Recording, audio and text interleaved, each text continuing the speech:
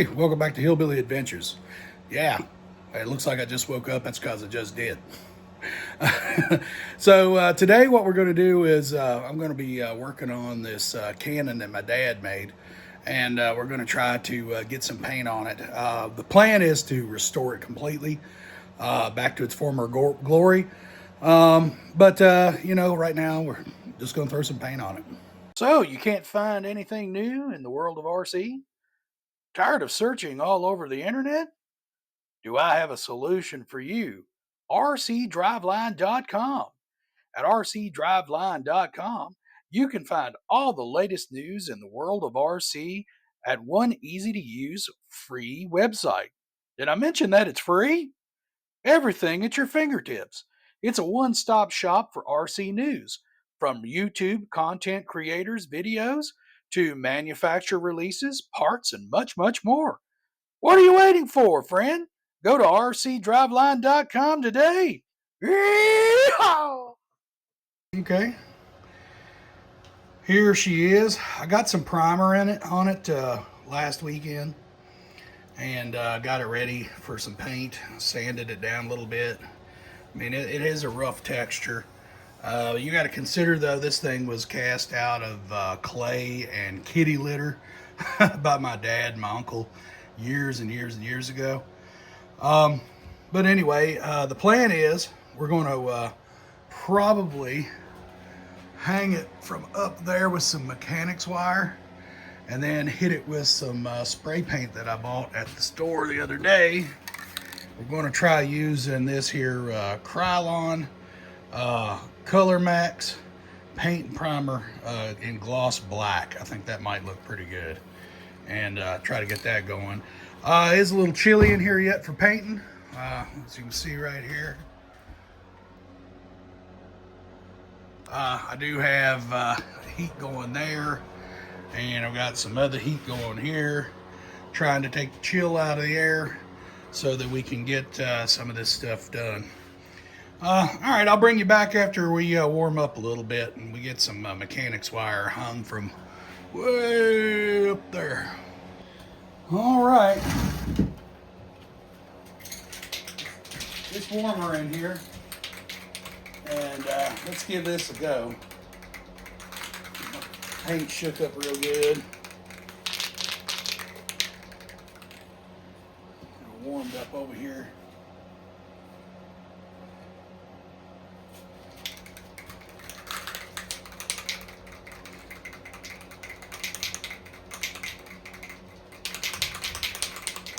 All right, let's give it a shot.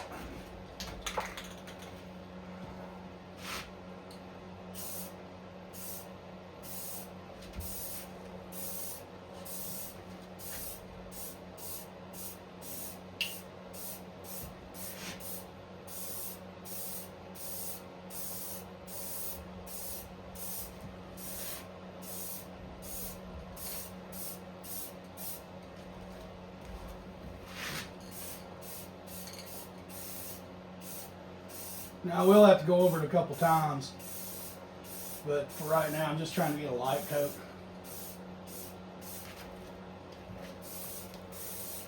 Over that primer. You want plenty of ventilation when you're doing this stuff. I got the door over there open, and I'm trying to hurry up and get this on here so that I can shut the door and let the heat stay in here as much as I can. I mean, it's not terrible cold today. It's like 62 for March. It's pretty awesome. So it's a good painting day. That's what I'm trying to get this done. It'd be a better painting day if it was summer, but you know, sometimes you just gotta get stuff done. And here in the state of Virginia, weather can be chaotic, so you gotta take advantage when you can, especially up here in the mountains, because these mountains here, weather can change on a dime.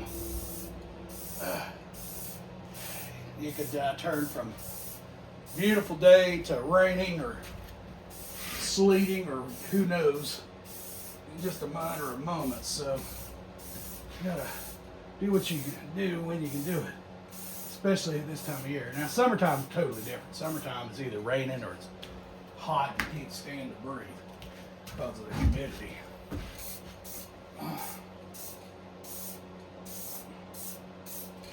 Alright, got a few coats on it, and kind of rushing myself to do it, which is not the right way of doing it, but under the circumstances, you got to do what you got to do, you know. And I'm going to take this thing outside, hold it upside down, and blow the nozzle out. And I'll bring you guys back here in a bit. All right, so we're back. I'm outside. Yeah, fumes are in there pretty bad. You don't want to breathe in that stuff. You take a lot of chances when you're spray painting inside. But anyway, you know, is what it is. I got some good coats on it. I'm going to leave it alone now for a few hours, let it dry, and we'll come back and take a look at it. And you know, I've got the doors closed, heat on, so it should bake in there pretty good. And hopefully we'll be able to, you know, have a pretty good paint job out of the thing. I'm over here looking, Miss Cleo's over here tearing up dirt. I guess she's bored. But I'll see you here in a bit. All right, some time has passed, and there we go. Looks pretty good. I'll probably hit it with a couple more layers of paint. With this thing being cast, I mean, it's never going to be like perfect. It was never perfect to begin with. You know, you're going to have, you know, all that in there. I mean, I guess I could have hit it with a sandpaper and sanded it and sanded it and sanded it and made it smooth, but it's, you know, it's not worth all that. Besides, you don't want to be inhaling aluminum because that's what it's cast out of. This thing has a steel pipe that goes up through here, and it's capped. And it was basically the form was of the cannon was cast around it, you know. But back in its day, it was really pretty, and it looked much like this. I mean, to be honest with you, you know, that pitting and stuff was normal. That's how Dad made it. So there we go. I'll have to bring you back again when I continue a little bit more on it and get a lot more done. For right now, as you can probably see, I'm still dealing with the chaos of getting the shop back in order. So I did get some changes that you guys haven't seen. I got some racks in here and some shelving and stuff. You know, it's a little different than what it was. And I'm kind of digging this layout a little bit. There's a lot more to come though. I've got a lot more work to do. This is just the beginning of getting this thing together. But there we are. The old cannon is coming back to life. I am going to get some power tools. I've been looking into getting me a bandsaw. I do have my dad's sander here. I did have a standing jigsaw that was given to me, but it was ruined. I got his old planer right here, which I don't know if I'll ever use because I'm not a woodworker like he was. But I'm going to have to be, because I've got to recreate the chassis that this thing sit in and get it all set up so that you know, it looks like it did when he had it. It even had wooden wheels. It had a chassis that sit right there. Boy, this thing's getting blurry for some reason. It had a chassis that sit right there with wooden wheels that you could drag it around on. So, you know, sorry about the camera getting blurry. I don't know what's going on with my phone. But anyway, I'm going to have to learn how to do all that stuff. I mean, I remember some of it from my dad teaching me when I was a kid, but I haven't done that stuff in like 20, 30 years. So, yeah, it's all going to be new. And new to me anyway. And my mom did give me a lot of my dad's old tools. I got these things here that were his, and they don't work. And I don't have. They probably would if you could charge a battery. But he had a couple of these Hyper Tough drills, and this thing here, I remember this when I was a kid. This is like Black & Decker, man. This thing's old. But I don't know where any of the chargers are for them. And they probably still work if you get a good charge on their batteries. Yeah, and some of this other stuff is in here, routers and things. You know, some of this is mine, some of this is his. Some of this stuff goes all the way back to my grandfather. So, you know, I still got all these tools to sort through and stuff. Like some of this stuff, you know, that was my grandpa's, I think. No, it might be a dad's. That's Craftsman, one or the other. But it's just I've got a whole kind of bunch of stuff laying around. Oh, here are some of the things that my cousin gave me that were old wrenches that were used in the coal mines, and I'm going to hang them up on the wall with the rest of the stuff. I just haven't got around to doing that. I might do that today. Yeah. Oh, we used to be able to old stuff. I got lots of old stuff. This ain't even all of it. There's totes and toolboxes and drawers, and there's two of my dad's old toolboxes that's full of tools. So I've got to sort through all that, and I'm doing it little by little. You know, it's kind of hard going through all that stuff. You know, especially when you're working a full-time job and trying to do this too. And, ooh, man, I almost ran into that. And it's not completely dry. It's still a little tacky, and I still got the heat going on it.